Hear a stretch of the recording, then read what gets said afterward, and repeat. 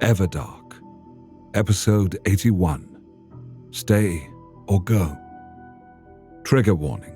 While nothing explicit happens in this chapter between Christian and David, it does show scenes from their past of a predatory adult and Christian's awakening to this aspect. Last on Everdark, Damon assures Julian that he will defeat Kali, all in good time, and then eases his fledgling's mind by making love to him. Oh, and Julian uses a new gift, telekinesis, from the Asher bloodline. I think this would look so pretty on you. It's a pale, almost straw-like gold set of robes with flaring pants. Sophia told Seeyr as she held the outfit up against the immortal's body. Seeyr had devoured 5 more betrayers, but though she had lost some of her ghastly skeletal appearance, her eyes had not yet recovered, so Sophia had to see for her. Seeyr reached out and touched the material with her fingertips. Oh, so soft and cool. Seeyr exclaimed eagerly. What do you think, Christian? They're lovely. Christian assured her. Sophia is quite right that the color suits you. His expression must have shown some of the confusion he felt, though, because Sophia asked, What's wrong, Christian?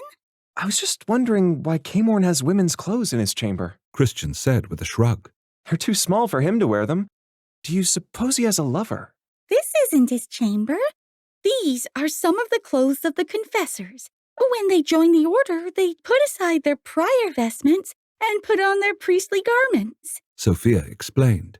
Some of the better clothes are stored here so that they can travel places incognito. Christian frowned again. Why not just allow the confessors to keep their old clothes and use them as needed?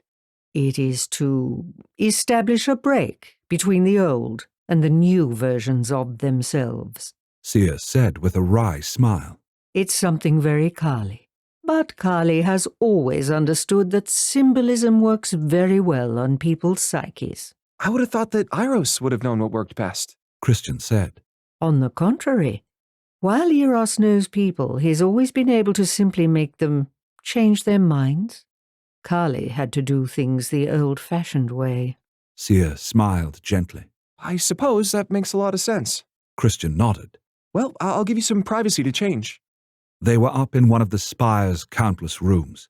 He had assumed it was Kamorn's because the interior was almost baroque, with countless gold and silver touches.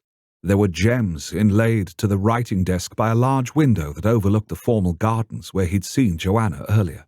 The 4-poster bed was laden with silk and velvet, piled high with pillows, and looked a bit like the Princess and the Pea bed. It was honestly gaudy and clashed with the spire's simple, more austere architecture. He was guessing that these additions were all Kamorn's, while the rest was Seeyr. Thank you, Christian. But I need to bathe first. Countless times, I'm afraid. My dirt has dirt. Seeyr laughed. It was a pleasant sound, and caused both him and Sophia to smile.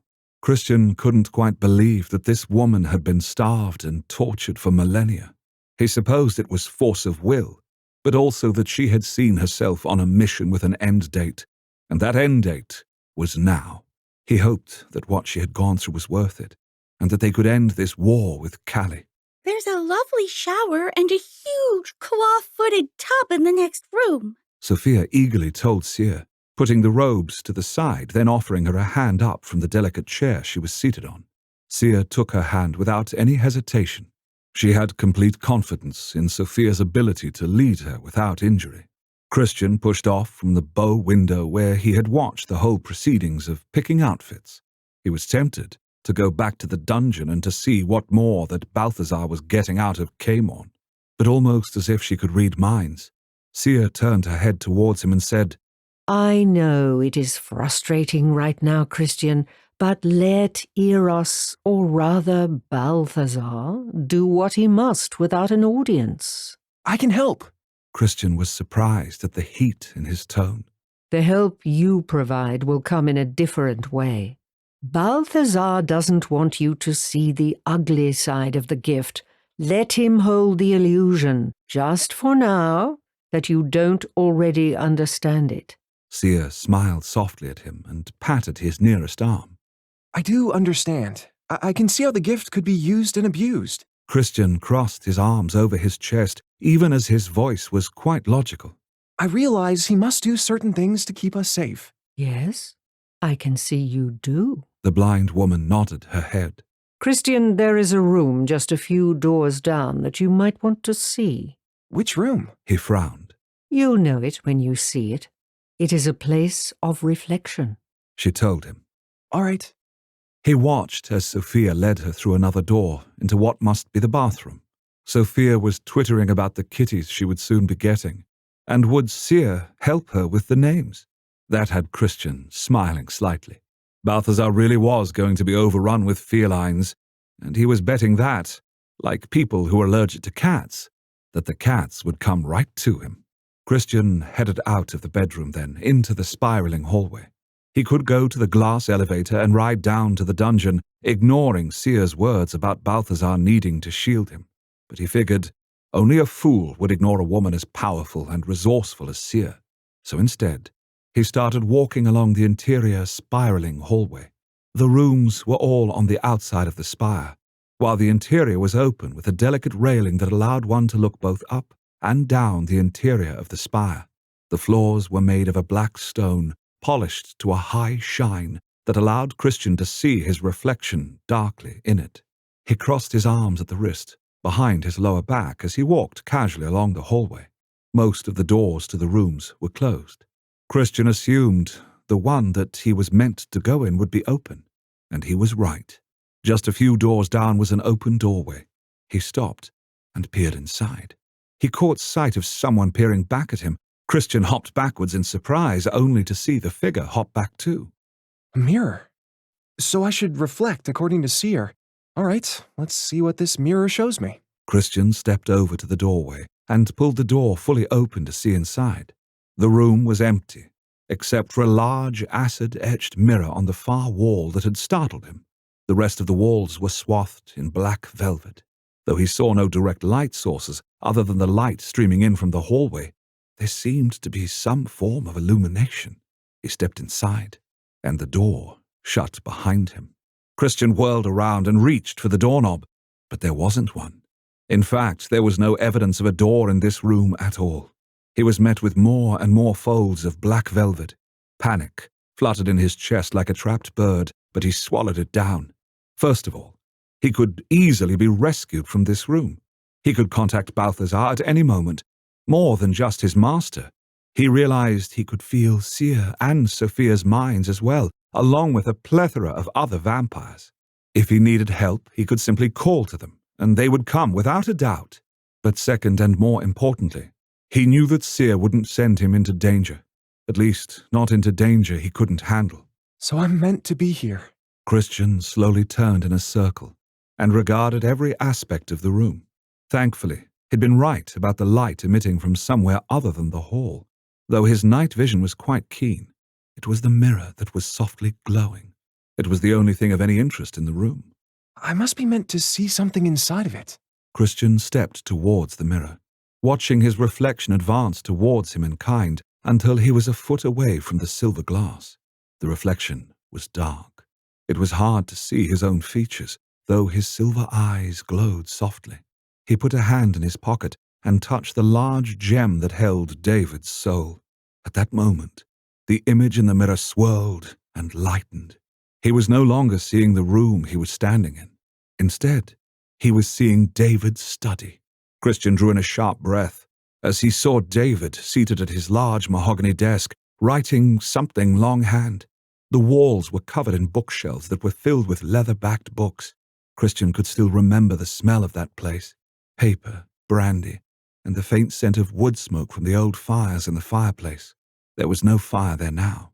Instead, the window behind David was open, letting in warm summer breezes.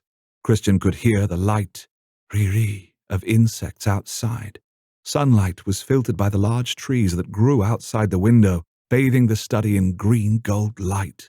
Christian had loved this room, likely because it had reminded him of the Harrow's home. David's pen moved gracefully over the sheet of heavyweight cream paper. Christian remembered that hand. At first, He had been excited to get actual love letters. Later, after things had ended, he had dreaded finding his name in David's hands on cards or envelopes left for him in places he would see but others would not. Is he writing me a letter? And if so, which one of them is it? Christian realized he was seeing the past. That was clear to him. Perhaps touching the gem had brought this forth in the mirror. If so, he should release it and move on. He had no desire to see David or relive any of their history, but he was clutching the jewel in nearly numb fingers. He tried to will himself to let the gem go, but his fingers stayed attached to it as if anchored there by glue. There was a soft knock on the study door, and Christian tensed. David did not look up as he called out, "Come in!" Christian watched as the door opened slightly, and his own teenaged head thrust through almost shyly. David? Christian's voice was uncertain. Color stained his cheeks, and he looked at David through thick eyelashes. But what struck Christian so suddenly was how young he looked.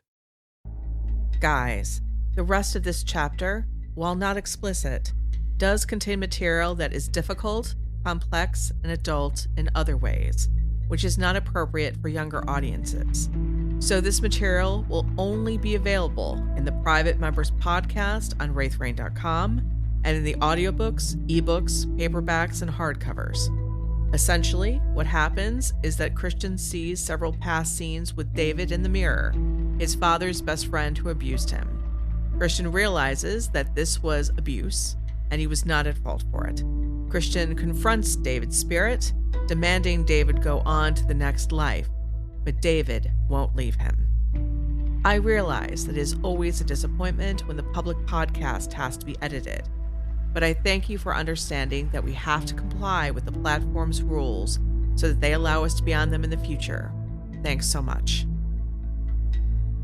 The Everdark podcast by Ex Aratare is performed by Edward Fox, Adam Riley, Jay Thillis, Bruno Devant, Kelly Michaels, and Hannah Hart, with Liz Gentle as Seeyr. Edited by Matthew Prince, continuity by Adrielle Wiggins. Everdark is produced by Wraith Rain Publishing in association with Her Grace Reed Studios. Copyright 2022 by Wraith Rain Publishing.